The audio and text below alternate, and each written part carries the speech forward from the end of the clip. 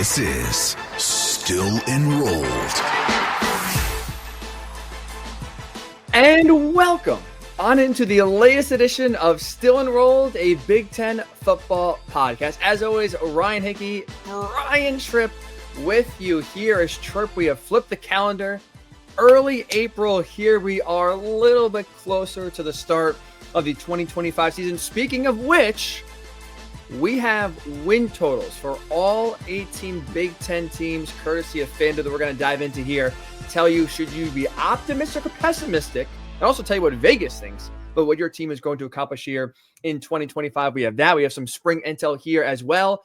And we've talked a lot, Tripp, about spring football, the actual game itself that's supposed to culminate spring practices here. And a lot of teams, especially the Big Ten, going away from that game. Well, CBS Sports did some reporting, and they've actually found out Nebraska's alternatives to having their spring football game. We'll play a little game of spring it or fling it here and talk about which ideas could actually help replace the game and which are just maybe downright bad. So we got a loaded podcast here, Tripp. As you can tell, let's have ourselves a show.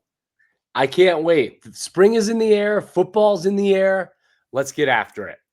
Let's get after it here, and let's start with some Big Ten win totals. So we got, obviously, 18 teams in the Big Ten. What we're going to do is we're going to split this up into two. We're going to go alphabetical order here. Top 9 win totals this week. I guess the other alphabetical 9 win totals next week here. So we're going to dive into 2 weeks worth of win totals over the next 2 weeks here. Let's start with Illinois. This to me, Tripp, of all the win totals here, this to me is the most shocking. FanDuel has Illinois' win total at 7.5. A team we've talked about just a few weeks ago as one of the teams definitively in the college football playoff race, as a contender. Vegas is saying that they're about to be 7-5, 8-4. I mean, when you talk about a win total, I think they're going over. This to me is the most confident over-under total that we will go through here of all 18 teams. I think for me, this is the easiest over. You look at the production coming back for Illinois. They have third most in the country in terms of returning production. The big question, right, for them is receiver, but I think you do trust Luke Altmaier. I trust the run game and Brett Bielema along with that defense as well to make enough plays to have this team where I think their floor, Tripp, is 9-3. Like, you look at their schedule, right, at IU early in the season, that we've talked about, that game could kind of be a fork in the road kind of game. Where you're going, I think they win that game. I think your 2 toughest games in terms of talent, Ohio State, USC, both home, at Washington, really tough. But of those 4 games, I think Illinois can go 2-2. Maybe you lose a game along the way you shouldn't. I don't see this team going less than 9-3, which for me makes this 7.5 number over under. I think an easy over. Well, it's a really good team that returns a lot of really important pieces in the trenches on the defensive side of football. And of course, having probably the most experienced quarterback in the Big Ten in Luke Altmaier. But it is like, I can understand how you come up with that number when you look at how many close games the Illini won last year, the chance of those games swinging the other way. And it was an offense that typically with a Brett Bielema team, you think physical, run the football. And they had to get it done with the passing game. And to lose Bryant and Franklin, 109 receptions, 1,600 yards, 14 touchdowns. Yeah, they added some pieces at the wide receiver position, but it was a run game last year that finished 79th nationally. So it's a run game that wasn't all that good. So can Luke Altmaier take care of the football, right? That's the big thing for him. Mm-hmm. Can he manage the football, give him a chance to win the games, and can they be really successful in close games? I'm with you. I think it's a slam dunk for the Illini. We're both really high on Illinois. They have pizzazz, they have momentum, and it feels like the season they had 2 years ago was a bit of an anomaly under Brett Bielema, that it is a program trending in the right direction. Do I ever believe they're going to be at the point of an Ohio State, Michigan, Penn State, Oregon, USC? No, probably not. They probably don't have the recruiting base to do it. They probably don't have the resources to get to that stage. But they've got an excellent in-game coach, and that's worth something too. Why did they win those tight games? Because he's a really good coach. So, yeah, I think it's a slam dunk for Illinois to be over that 7.5 total. Let's go then to Indiana, as we both are confident in Illinois. Indiana's win total is actually 8.5, coming off the college football playoff berth last year, 11-1 in the regular season. I think this is an under here, Tripp, just because of a few things. Number one, I think it is a lot to reshuffle your roster for the second year in a row and expect similar production. The offensive line, they did make some transfer portal additions, but that's still, you saw last year in the biggest games, that really was their Achilles heel. And last year, I think because I think they were talented and very well coached. Part of their 11-1 run to the playoff was, right, schedule disparity, and they got a great break in the schedule. This year, not the case. Illinois at home, as we just talked about. You're at Iowa. You're at Oregon. You're at Penn State. I mean, you have to win at bare minimum one of those games here to eclipse that 8.5 win total, and then obviously win the rest of your games that you're supposed to win. I just think this is too many moving pieces, Trip, for Indiana to be 9-3. I think they are kind of 8-4, more in that range, which would be at least an anomaly here for Kirk Cincinnati. Last time he had 4 or more losses in a season. Got to go back to 2018 with IUP. So this is a guy who does consistently win 9, 10, 11 games a year. I think that we're going to see aggression from Indiana. When you look at the win total at 8.5, when you look at the schedule now they're facing, especially some of those tough road games, I think Indiana, I would take the under here on 8.5. How about you? Well, I feel like they're the biggest winners in the portal by getting Francisco Mendoza from Cal. That automatically is going to give them a chance because you have a dual threat quarterback who I think adds an extra dimension to that offense. When you discuss what they did on the offensive line, those players that they brought in were from big schools, a guy from a Notre Dame, a guy from an Ohio State. Like, I think, and teams that have had a lot of success. So I think Curt Cignetti in year one caught a lot of the Big Ten by surprise. This year, they're not going to catch the Big Ten by surprise. They're going to have a target on their back. He was brash the way he went about it. Teams are going to gear up for Indiana. So you lose that element. But what he identified during the course of the portal and throughout the early offseason was, what do we need to do to build ourselves into not just a flash and dash surprise team in the league, but when we get into those big games and those big environments against some of those teams that you mentioned, they eluded last year on their schedule, how do we beat them? And I think he did a really good job of addressing weaknesses, but to do it in one off season and to know that Indiana's going to have a target on its back now, that's the biggest thing to me. Indiana's not sneaking up on anybody anymore. True. So I agree with you. I'm going with the under, and I think Indiana is under that 8.5 total. How about Iowa here? I want to throw this over to you first because we talked about the Hawkeyes here a few weeks ago. Maybe if things go right, could be maybe one of those dark horse Indiana Cinderella playoff teams here. Vegas has their win total at 7.5. Trip, how do you look at that number? Man, I really think it's an over for Iowa. I do believe in the Hawkeyes. I know we talked a lot and we got a lot of feedback on social media from our great fans listening. Mark Gronowski, I think, is a big difference maker as a 2-time national champion quarterback from the FCS level. The thing is, and you talked about it, I know you replied to a couple of people on social media, like, he's out for spring practice. So what's that acclimate? That's a big deal to be out for spring practice. What's that acclimation process going to be like for him over the summer, the installs? If there's a guy to do it, right, is an experienced quarterback like that. It's not like you're trying to ingratiate a freshman like a Bryce Underwood to take over your system where maybe it's a little bit more important. But again, he's coming from the outside in to this Tim Lester offense. It's like, okay, how is it going to work with him? I don't have questions. I can't believe I'm saying this. With Kamari Moulton at the running back position, with a veteran quarterback, and they're going to be good on the offensive line, I actually don't have questions about Iowa's offense. And I'm not saying they're going to be like one of the best offenses in the Big Ten, but I feel like they're an offense that at least is going to be able to move the football and complement the defense. All that Iowa has to do to be successful is play complementary football. That's what their best teams do. And I'm not saying, hey, let's run the ball and get a couple first downs and then pin an opponent deep punting is going to be successful to eclipse that win total. My question's really, and I think it's an easy answer because it's Iowa. Well, how do you replace all that production that you're losing at linebacker? So for me, it's a no-brainer. You just have to expect that they're going to do it there. I think they're going to be good enough offensively. And I think Iowa can play complementary football at least well enough to eclipse the win total. So I'm going over for Iowa. I'm with you. I agree. I think you laid it out well. And I think part of like the win total game that we play here, especially in April, right, is kind of a numbers game, right? It's a math game, right? Who's on your schedule? Which games can you win and which are tough? Do you need to kind of squeak out one or two here? You look at Iowa's schedule. I think fair to say we can pencil wins in, and please correct me if you disagree here, Trip. I think we can pencil in UMass as a win for Iowa. Albany, I think you could put down Michigan State, Rutgers, Minnesota at home. I think we could say is a win. I think Iowa can go on the road and win either at Nebraska or at USC. I think they can win at Wisconsin. Any of those that you say maybe we should not be penciling in wins for Iowa? Man,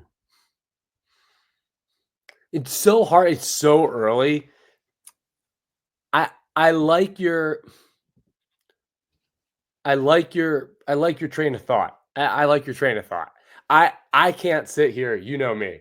I can't sit here April 2nd and declare, yep. I can't. That's not how I'm built. I like your train of thought. Is that fair? Yes, that is for you. That is very fair here. So we'll take it. So that's about right there. 7 wins. And even if maybe you're listening disagree, then let's just take one off. 6 wins. We're looking at 6 wins then for Iowa so far that I think you can fairly confidently say they should win. And then you're asking them to get 1 or 2, depending on how you feel, wins against Iowa State, Penn State, Oregon, Indiana, 3 of those games at home. And maybe again at Nebraska, USC. That's, if you disagree there, you got to go on the road and win one of those. Like, I think that the path and the number for Iowa to get to 8 here is pretty reasonable. And like you said, I like their offense is going to be the best it's been in a long time. So even though the defense, especially like you said, a linebacker may take a step back here, this is the year I think that Iowa's offense can actually take an increased role in terms of winning games and balance it out to where I think at bare minimum, I think 8-4 is very attainable, very likely, which would put Iowa over the 7.5 mark. So far, Trip, we are 3 for 3 here.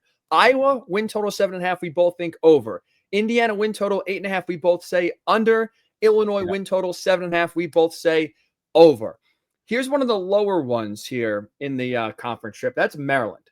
Maryland's win total is 4.5.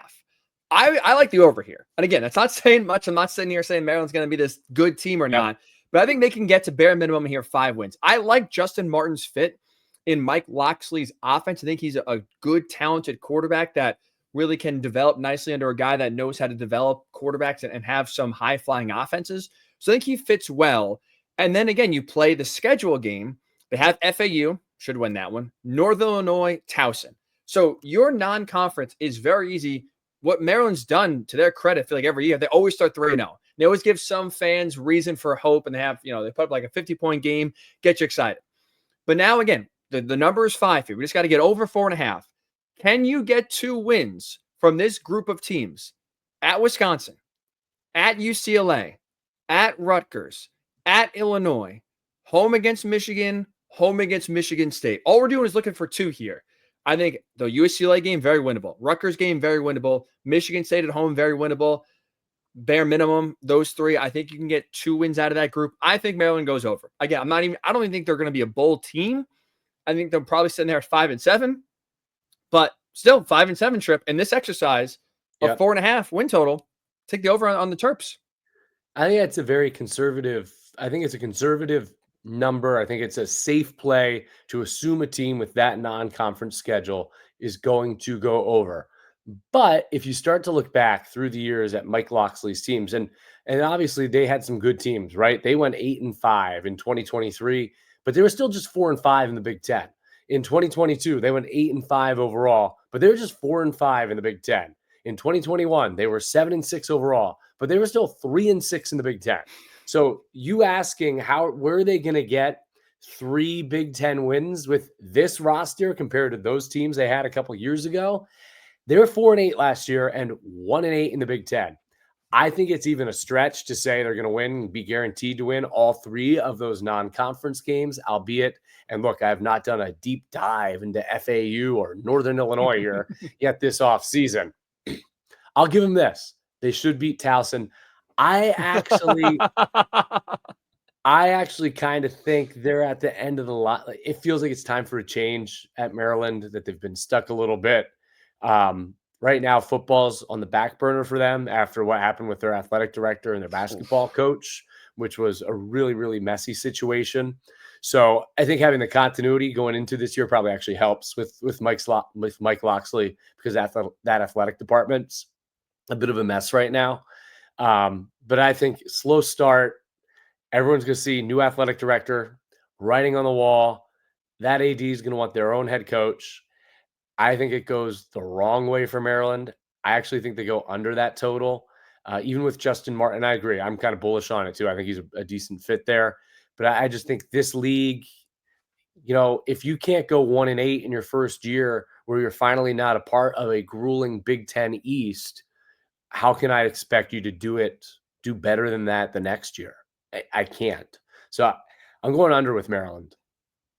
If you're right, Trip, and you can't, beat UCLA, you can't beat Rutgers, albeit on the road, but still, Yeah, I'm with you. I think we're probably looking at a change here. And like I said, I think end of the road here for Mike Loxley. And maybe you do a clean sweep, new AD, new basketball coach, and now after this season, add a new football coach here as well.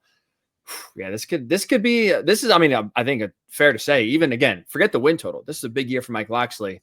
I think just to get this team to a bowl, which I think very fair to say is an uphill climb for where the Terps are and how they've performed in the Big Ten, especially under his watch. It's not been pretty whatsoever. Here's, I think, one of the more intriguing win total numbers here we're going to get into, Trip. That's Michigan. Vegas has their number at 8.5 this season. I would take the under on this number. I think for a few reasons. Number one, we've talked about this before.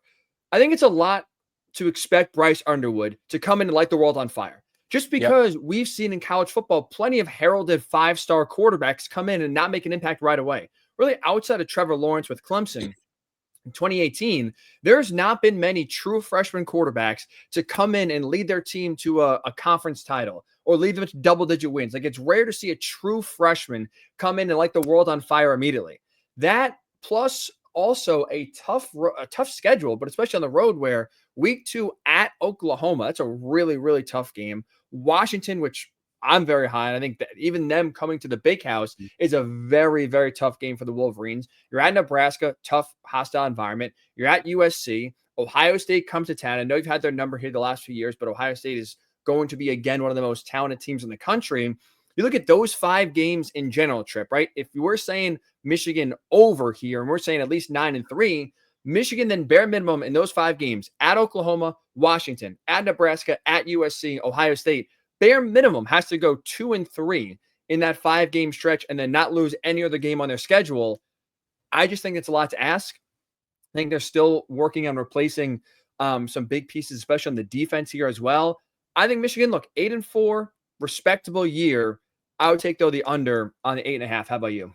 Yeah, I think Michigan fans aren't going to want to hear this, but after last season, obviously optimism where the program is going, and rightfully so.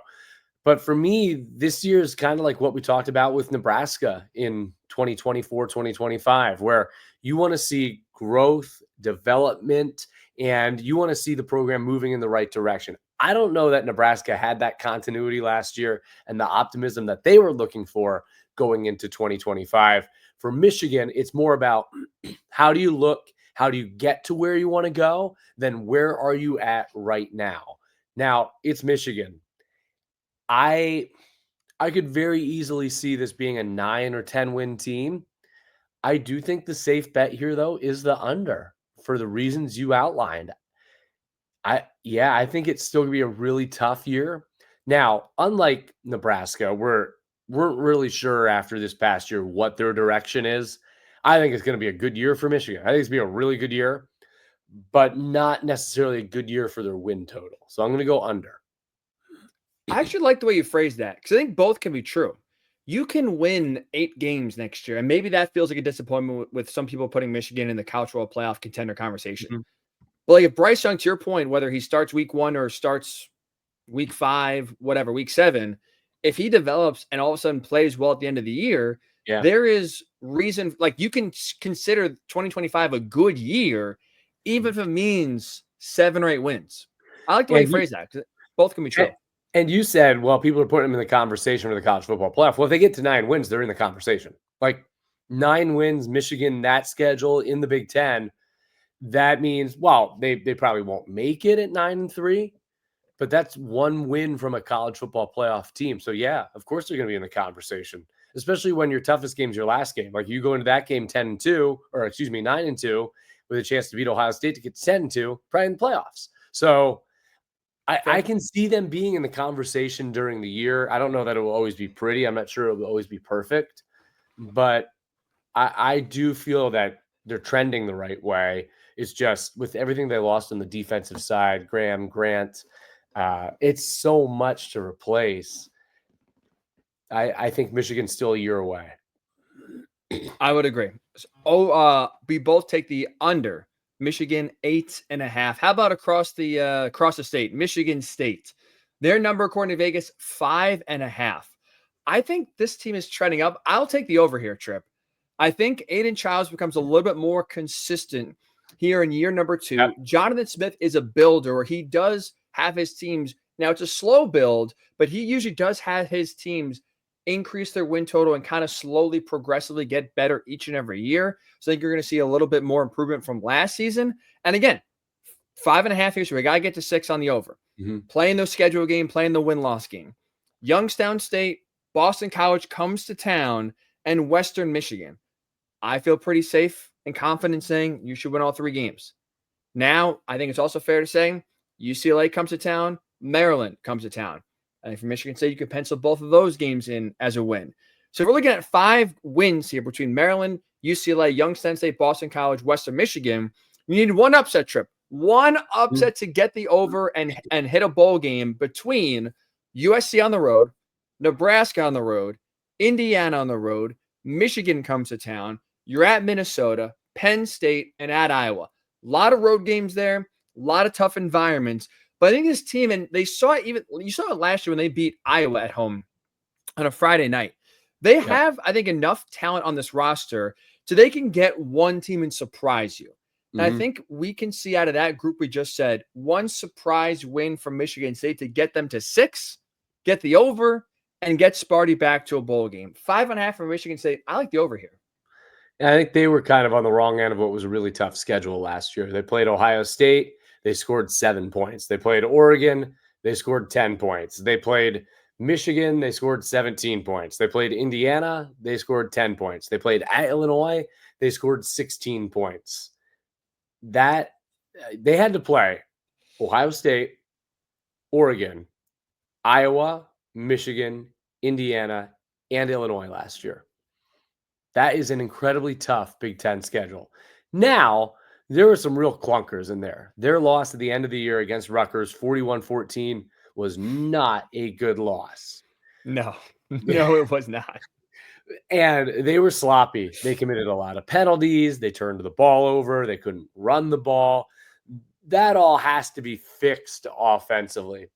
But I'm going to say they were on the wrong end of a really tough schedule last year. I agree with you. I think Aiden Childs and Jonathan Smith, they have the potential. Jonathan Smith, a builder of a program. Aiden Childs, we've seen the potential to make big plays. He gets Nick Marsh back at wide receiver. They brought in a transfer running back from Sacramento State, but they're going to have to run the ball better. They're going to have to play better defense. I think 5.5 is tough for a team that was that bad last year.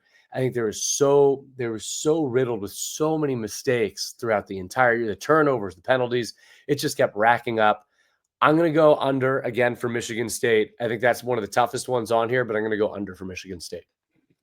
Let's move in. We have 3 more here, at least in batch number 1 of Big Ten win totals here for 2025. Minnesota, who has been the model of consistency under PJ Fleck, constantly winning 7 or 8 games. Their number according to Vegas here, 6.5 Trip. I think this is a tough one for me, so I'll throw it to you first here. Over under here on Minnesota's 6.5 win total. Yeah, I'm going to go over just based on what PJ Fleck has done with his Golden Gophers the last couple of seasons. I know there are a lot of moving pieces, and what usually is the strength of Minnesota, regardless, is their offensive line. I still believe in what PJ Fleck kind of has done there during his time. So I think it's an over. I get why you may say under on it. Like, what is your feeling on Minnesota for 2025? Because I've come around on them the last couple of months. I thought, look, it might be time to move on. I don't know. PJ Fleck's maybe a little more talk than he actually is walking the like. I've never been a big PJ Fleck guy, but then when you start to dive into it, he's done a pretty good job there maximizing what they've got. So I'm going over with Minnesota. I would agree. I don't think he gets the credit he deserves in the sense of just like you said. I think what you maximizing the resources and talent you have. Minnesota's never going to recruit like some of the big boys in the Big Ten. But I think PJ Fleck does a really good job of identifying those 2 and 3 star guys, kind of like what Iowa's done for a while, and make them play like 4 or 5 stars. But with that said, when you look at Minnesota, but in 3 of the last 4 years, 3 of the last 4 years, they had 9 wins, and 8 wins. 2023, they were 6 and 7. Now I know they were playing in a Big Ten West, and now you're playing the entire league, and it's a different looking league. To be that successful year in, year out, I think it's a safer bet to say the over. You know, the roster, looking at it in a vacuum, or like really tight on just is that the right phrasing? I'm battling my voice. If you're looking at it just the 20, no, in a vacuum, you're right. You nailed it. If you're looking at just the 2025 Minnesota Golden Gophers, everything points to under. But if you look at big picture, what PJ Fleck has accomplished and maximizing what his teams are and being competitive and finding a way to win a couple of games maybe they shouldn't and just hanging around and getting to a bowl game, 6.5 is low for them. So I'm going to say the safer bet is over for Minnesota. Fleck has been consistent. As you just said, he does have his teams playing, 8, 9 wins. Taking the under would be foolish with what he's done the last few years. I guess will be a fool here and I would take the under on Minnesota in 2025. What scares me the most, Trip, is the fact that you have a new quarterback and really an offensive line that's revamped, where you lose 3 out of your 5 starters. And so I think when you have that combination of a new O-line and a new quarterback, I just don't think things can click that quickly. I think it could spell a tough year for the Golden Gophers here in 2025, along with, you got a tough non-conference game at Cal early in the year. That's not exactly easy. You're at Ohio State, at Iowa, at Oregon. Like, you have 4 really brutal road games that, even for how consistent Minnesota's been, I don't think they win any of those. And I'm at least believing in Michigan State enough to where I think Michigan State is good enough to go on the road to Minnesota and win. I think Nebraska can win in Minneapolis here as well. So I think for me, like 6.5, I think this could be still a bowl game, or excuse me, a bowl team at 6 and 6. I just don't think the 7, 8, 9 win seasons that we've seen over the last few years, I don't think that's what we're seeing here in 2025 in Minneapolis. Next one, Nebraska. There's a set at 7.5. I'm going to go with the over. Taking the over on the Huskers. Why? I think it's just, if you look at Matt Rule's track record, I keep coming back to these coaches and what their track records are. Matt Rule, when he gets somewhere in his 3rd year, it's usually the year that the program ascends. I'm really uncomfortable with the amount of turmoil and the way last season ended. But it felt like they got the right pieces in at the end of the year. It took a while to get there. And then you have to believe in the quarterback, right? It's a lot of experience. There was a lot that went wrong. He's going to all these events, and you got the Patrick Mahomes. I don't know why. Something just feels off about Nebraska still. I don't know what it is. But Matt Rule's track record, the moves he's made, being bold in the portal, being bold in the coaching portal, I'll call it. I feel like I have to trust him and believe in it. Their schedule's not the most difficult. I know you outlined it as easy wins: Cincinnati, Akron, Houston Christian, Northwestern, Michigan State, at Maryland, at UCLA. I'll take the over on the 7.5. I'll believe in Matt Rule, and I'll believe in Dylan Raiola. I'm much more, I'm taking the over too, but boy, oh boy, I am much more optimistic than you. I think Dylan Raiola does take a step here in year number 2. Dana Holgorsen now finally there for a full off season, so you can kind of get that offense really settled for the first time. You went to the portal, I think made really good additions in terms of getting playmaking wide receivers. That was not the case last year.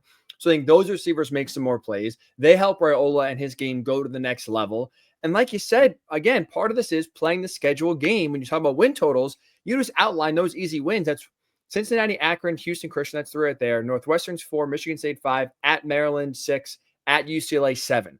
I think right there, as long as Nebraska does not, shoot themselves in the foot, those are 7 wins that they should have on their schedule. Put them in, forget pencil, put them in pen, Trip. Put it in permanent ink. 7 wins right there. So now you look at the games remaining on their schedule. I think there's only 1 game on their entire schedule that we could chalk up as an L right away, no chance. I think it's at Penn State. Then you look at the middle tier of teams they can beat: Michigan, USC, Iowa. 3 of those games, by the way, at home, at Minnesota, all just to get over the 7.5 win total. All you got to do is win one of those 4 games: Michigan, USC, Iowa at home, or on the road at Minnesota. I think we're looking at worst here for the Huskers, 9-3.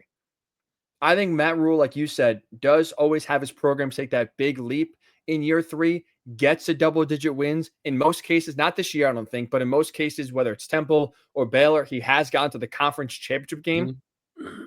I don't think we're going to see that here for the Cornhuskers in 2025, but I think this could be a 9-3 team, continue to go in the right direction. I think they make a big leap here in 2025. I'm bullish. I know we both took the over there, but it does feel like maybe my belief level, your belief level on different wavelengths here. But I think either way, we're looking at a solid season for the Cornhuskers in 2025, at least in terms of the win total. Over on the Huskers. Finally, Trip. Hold on. That lacks suspense for me. So, college football playoff or not for Nebraska for you? No. Okay. I would say no. I think they're in the Michigan camp of, depending on when they lose some of their games, could they in the middle of October kind of be one of those teams in the hunt? Mm-hmm. Possibly. Yeah, I think they could be in the hunt. That Penn State game is later on in the year, if I'm not mistaken. So I think the only game they can't win is in November. So at least, again, if we're talking about middle of October, let's just pick a random date, October 15th. Yep. Who are you talking about a team like Nebraska in the hunt? I think so, versus like Michigan. Some of those tough games are early on where I think maybe a loss or two kind of knocks you down. They got to build back up. I would say no playoff for Nebraska, but I think they could be a team when we're sitting there halfway through the year of how many Big Ten teams could make the playoff. I think we're talking about Nebraska in that conversation. I'm assuming because of your, I don't say dourness, but maybe not all in mindset, you are not saying Nebraska anywhere near the playoff. No, absolutely not. But I do believe I'll go with the over. All right. So let's finish off. Well, let's finish off on a low note here, Trip. The win total that is tied for the lowest in the conference in 2025, one of the lowest win totals, at least of the Power 4 in college football, is Northwestern. 3.5 is their win total. I'm going to say over, Trip. I think they can get to 4 wins here. You have Preston Stone coming in, a quarterback coming over from SMU, who got benched early last year. He did not have a good year. But in 2023, in his lone year as a full-time starter, put up some big-time numbers, got SMU's offense going. I think right now, on paper, you can say that Preston Stone is the best quarterback Northwestern has had since Clayton Thorson. And now that those Clayton Thorson days are getting longer and longer away. But if you think about it and look at Northwestern last year, they went 4-8. They won 4 games with their quarterbacks combining to throw 7 touchdown passes. That's it. 7. All from Jack Lausch, by the way. So you're getting bare minimum better quarterback play. You have wins on your schedule against, at least in the non-conference, Western Illinois and Louisiana Monroe. Mm-hmm. And I think you got some chances here. You play Purdue, you play UCLA. I think they have a chance here to win 4 games. Now, the only thing is, and I'm walking a little bit of a tightrope here. Those 4 games they just listed are they by far the most winnable games.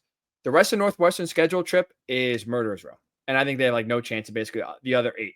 So I'm banking here that Northwestern wins the 4 games they should win to eclipse the over. I think they barely get it there for David Braun, but give me the over here for Northwestern. We're talking positive, albeit just forget that we're talking about 4 wins here. Give me the Wildcats over. I'm also going with the over. I think they got a good quarterback, at least a quarterback that gives them a chance and can maybe make up for some deficiencies there. And look, they brought some other guys in on the offensive line that are really experienced, not from the biggest schools, but have a lot of experience. They have an experienced defensive backfield, have a couple of pretty good defensive ends on that roster. So yeah, I think there's definitely enough talent there to go over the 3.5. I'll take the over as well for Northwestern. I think they're good enough, maybe a 5-win team. It's the Big Ten. It's really hard for me to say a team's not going to get to 4 wins. The safe bet's the over here. You have to believe that they're going to be better at the quarterback position. I don't know if it could go any worse than it did last year. And David Braun's tried to address positions of need, receiver, O-line, add a couple of pieces on defense, and they have a defensive secondary and a couple of good DNs. Sure, I'll take the over.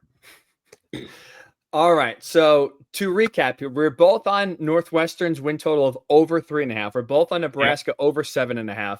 You're on the Minnesota 6.5 number over. I'm on the under. You're on Michigan State 5.5 under. I'm on the over. We are both on the under for Michigan 8.5 win total. I think Maryland's 4.5 win total is going high.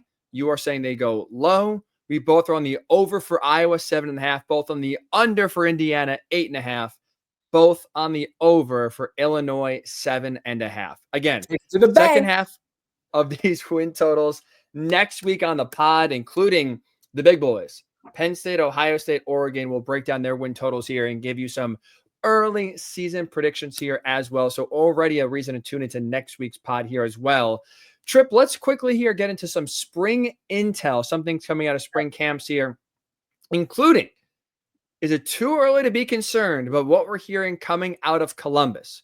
So obviously there's a lot of questions about now a lot of the players coming in to replace all the talent and production lost for Ohio State. Naturally, when your quarterback leaves, all the attention goes to that position. Julian Sayin, who's a guy who's heralded 5-star recruit, committed to Alabama, then switched over and transferred to Ohio State once Nick Saban did retire. Ohio State had a scrimmage on Saturday, intra-squad scrimmage here, Trip. And I want to read you a report from On3, who was at the scrimmage and watched. And they said, quote, I am told it was not Julian Sayin's best day. Doesn't mean sound the alarm bells, but in the first extended scrimmage session of spring, Sayin left a lot to be desired. Now, Ryan Day met with the media on Monday, and he was asked about the quarterback room overall. He said, quote, there's been really good progress in that room, all 3 of them. I can recognize that there's growth in all areas, and then there's other moments where they have 2 or 3 plays in a row that we all get frustrated, end quote. So I ask you, the king of early predictions, the king of overreaction, Trip, is it time to be worried about the quarterback position for the Ohio State Buckeyes? It's spring football. The defense is always ahead of the offense. Sadly, I would love to disagree. I would love to, sound the alarms and get everybody worked up. I agree. It's one spring practice. There's no reason to get. This is going to be, but this is, I think, the thing for Ohio State that I think maybe this is a glimpse into the future. Maybe why this is telling. There are just so many moving parts that I don't think you can expect even the first few weeks of the season for Ohio State to be clicking an offense the way maybe they have in the past. Hell, even for Will Howard, it was a little bit of the first few games, albeit they played nobody, kind of one of those kind of get some of the kinks out there, still trying to work out the rust and get on the same page. But that was with an offense that at least had a lot of pieces that played together before. Now we're talking about basically, new running backs, new receivers outside of Jeremiah Smith. Even though Max Clare is very heralded and talented, he's just a new face coming in at tight end. Your offensive line is almost turning over the entire starting 5, a new play caller, albeit Hartline's been in the system, but still a new play caller. There's just so many moving parts to where I think, well, again, it's this scrimmage happened late March. September's a long way away. When you look at that Texas game, week number 1, I just think expectations should be this offense, I think, will be a work in progress. And I think maybe it will look a lot more like it did in 2023 with Kyle McCord than it did in 2024 with Will Howard. That's, I think, the takeaway. If there's one fan base that should understand it's okay if things aren't perfect during the regular season, as long as you make the playoffs, it's Ohio State. I think you're right about that. I think you are very right about that. How about this from Rutgers? This is interesting, Trip. We are seeing in a world, right, where now basically GMs are being hired in college football. And now coaches are trying to kind of push some of the recruiting and NIL responsibility to somebody else. And I think a great poster child of this working to success so far is USC with Lincoln Riley, right? They hired Chad Bowden, and now their recruiting has taken off in the last 6 weeks, 2 months. Well, Rutgers and Greg Schiano are kind of going back to an old school model. Greg Schiano was asked early in spring, basically, are you going to hire a GM? What's your thought process there? And he said, quote, I mean, if the right person became available, we would certainly do it. But until that right person is available, I'll handle parts of that. So he's not saying no to a GM, but he's basically saying right now, I'm going to be the head coach and essentially the GM. I don't know if that's the right philosophy here. I think it's asking too much. I still think yeah, I do. I think the head coach having the vision of the roster and what it ultimately looks like is still critical for the success of a college football program. And maybe that changes, maybe that evolves, maybe it's different at different institutions. Like the GM title, I think it depends where you're at. Like Andrew Luck as the GM is acting as the athletic director at Stanford. He's the boss of the head coach, not just there for roster and player personnel. The GM at USC is more, here's who we want to recruit, here's who we're going to target, and also how are we going to allot our finances to what does our roster look like in terms of roster payment. Other places, for Penn State, I believe, James Franklin, they have a GM, quote unquote, kind of a GM in-house, but it's not a big name, it's not a flashy name. It's kind of their recruiting department has someone that oversees player personnel, maybe some of the finances, but James Franklin has say on what the roster looks like, what kind of players we're targeting. So I think the head coach, I don't have a problem with him saying that at all. I think it's just a different model. I think the terms are used differently at different institutions. Like, yeah, I don't have a problem with that at all. I mean, I guess I look at it this way. With so much on coaches' plates, I think at this point, if you can get stuff off yours, do it. And like whether it's NIL, like that's not, yeah, but maybe involved. But a GM, like you're saying, like does Lincoln Riley not have say over his roster?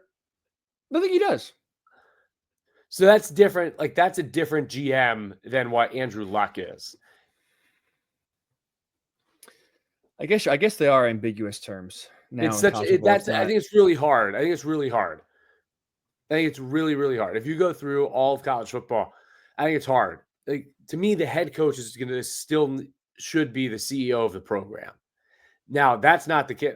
That's not the case at Stanford. I know that's not a Big Ten school, but that's not the case at Stanford.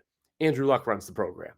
So that's an NFL model. I think USC is you have a player personnel department, which your GM oversees, but you still have a head coach who's the CEO of the program. I think at Notre Dame, it's probably very similar to USC. So Greg Schiano saying he's going to be his own GM, he can say that he's the GM, but he's probably still going to have someone who's in charge of player personnel and NIL and the money, whatever you want to call it, stipend, the revenue share, the finances for the players and determining your roster and your cap and how are you hitting that. I think it's so ambiguous. I just think everyone's waiting for teams to hire this big name, flashy GM. And I do believe college football programs should hire someone that has an NFL salary cap background to help manage that. And maybe that's the GM, but that person shouldn't be more powerful than the head coach. And that person definitely shouldn't be the head coach's boss. I don't see how the Andrew Luck thing at Stanford works. I don't get it. Well, that's. So I would trust. I get where you're going with the discussion. I think it's too open-ended, too ambiguous. I think there's too many different parts. I think, yeah, every school may have a GM, but what does that GM actually do is different at each school. I guess I'll phrase it this way. I would prefer, and I would love, I think, to have my coach focus on as much football as possible. You're right. I'm not saying here the GM should have be the number one guy in a program. I agree with you. The head coach is still and should be the CEO. So in this case, we just talked about Lincoln Riley. Lincoln Riley, despite the fact that Chad Bowden is the GM, he still has say of who we're recruiting, where we're recruiting, what the roster looks like, what guys are interested in, what kind of traits you want.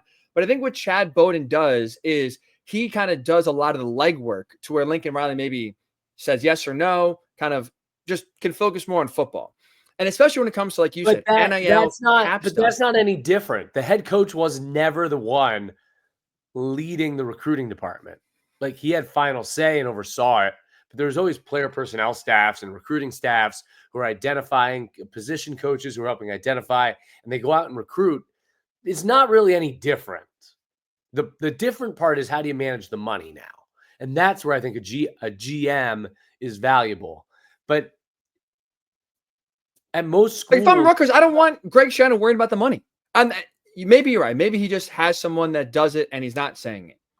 I just would want him to be able to focus as much on football as possible.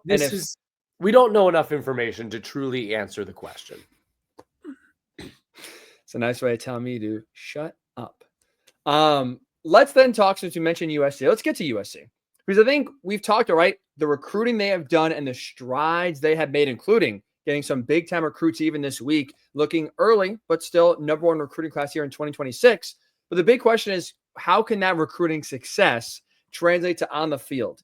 And while USC spring practice is still early here, still a few practices, and I think there were two things that were noteworthy so far that came out of their spring so far trip. Number one is Lincoln Riley talking about how the practices early on have been intense and physical, including saying there's been a few scraps. And we've talked about USC, and one of the reasons why they disappointed last year was getting beat in the trenches and not being physical enough. And I think you've seen the recruiting change to where now they are trying to recruit in the eye of building themselves to be a Big Ten team, which is tough and physical on the offense and defensive lines. Again, it's still early, but I think it's good to at least see. It seemed like there's a concerted effort to truly be a more physical team and not allow themselves to get bullied, which I think has happened at different points last season. And I think to say that, hey, look, practices are intense, or even having a few scraps, I think it's at least a good sign of what the mentality and the mindset for USC could be here going to 2025. Completely agree. I think that's the absolute next step that they have to take. And the other thing here, which is interesting, their 5-star D tackle, Jakeem Stewart, they got out of Louisiana. I think this is a good problem to have. Lincoln Riley doesn't even know where to play him. So far, they've had him at DN, they've had him at D tackle, and this dude is a true freshman trip. 6'5", 290. That seems like a guy you put in any of those 4 D-line positions. I don't think you got to worry about his production. I mean, I think that's the modern football player. Any player that has that type of versatility on the defensive line, can you stand him up? Do you line him up as a down lineman? I think that's the modern football player, a guy who can line up inside, outside. It makes it really impossible to defend, to scheme against the defender who can do multiple things for you on the defensive line. 2 more spring intels here really fast. Number 1, coming out of Wisconsin. I think when we talk about Wisconsin's 2025 fate here, and it's a big year for Luke Fickell, a lot's going to depend on the quarterback position. They got Billy Edwards Jr. Over from Maryland. And so far, at least in kind of the first block of spring practice, a lot of rave reviews about Billy Edwards. We know about his talent, but also Luke Fickell talking about his leadership and so far how he's fit in with the guys really well, really quickly. They're going to need that. Right? This, like Wisconsin, they're changing their offense. They're kind of going halfway back to what they used to be, kind of more power run, but still want to have some play action here. Luke Fickell is going to need a lot from Billy Edwards Jr. here in 2025 trip.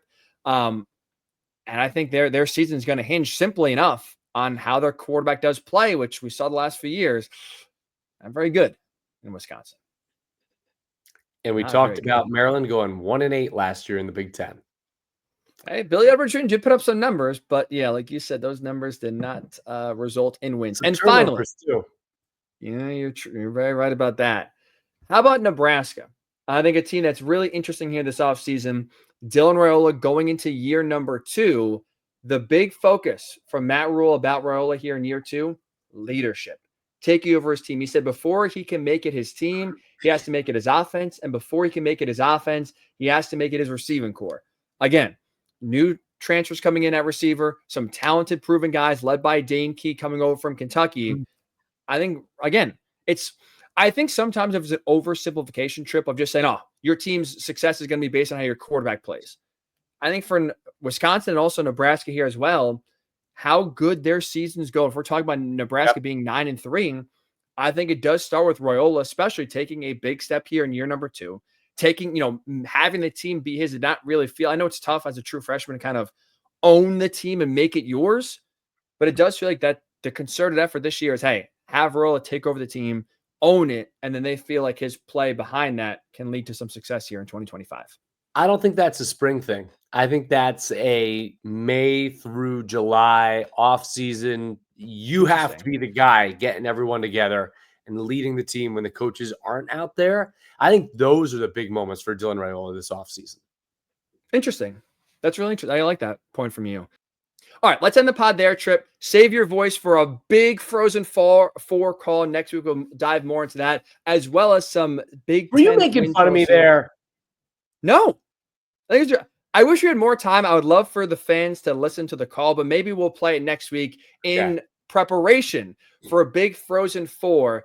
Brian Tripp, very famous over the weekend. Please look it up if you haven't already. I think it was, again, a great call there as Penn State advances to their first Frozen Four, as called by the voice of Penn State hockey, Brian Tripp, right here, also known for his Still Enrolled pod as well. But that'll be for next week here, including Big Ten win totals, and we'll get into Nebraska's plans for their spring game here and play a little game here as well. So make sure you subscribe wherever you do. Still Enrolled podcast on YouTube and also wherever you get your pods. Have a great week. We'll talk to you next week right here on the Still Enrolled podcast.